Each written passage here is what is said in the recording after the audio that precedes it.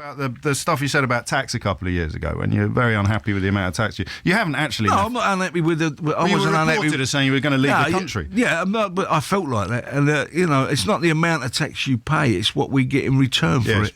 You know, I mean, they're closing fire stations. We've got not enough police on the streets.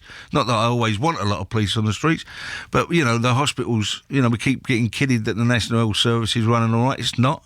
I know that from experience. With my father being in there and all that, and I've seen it.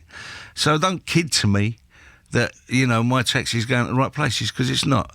They want to build a new railway tracks to get us to Birmingham 15 minutes early and spend billions of pounds on that. Well, not for me. It's build a hospital. This make sure our education's proper.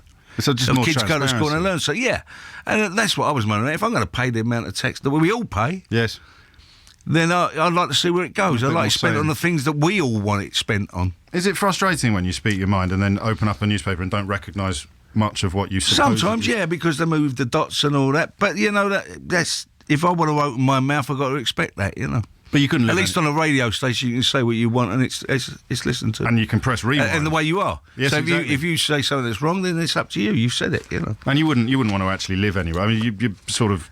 Listen, national treasure is an overused phrase. I come from England. Yes. I'm English, and I love this country. I love living here.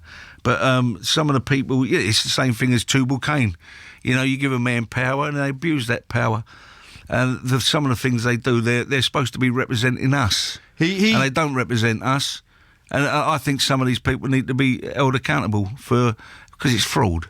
Yes. They say they're going to attempt to do something, and they never even attempt to do it. So for me, that's fraud.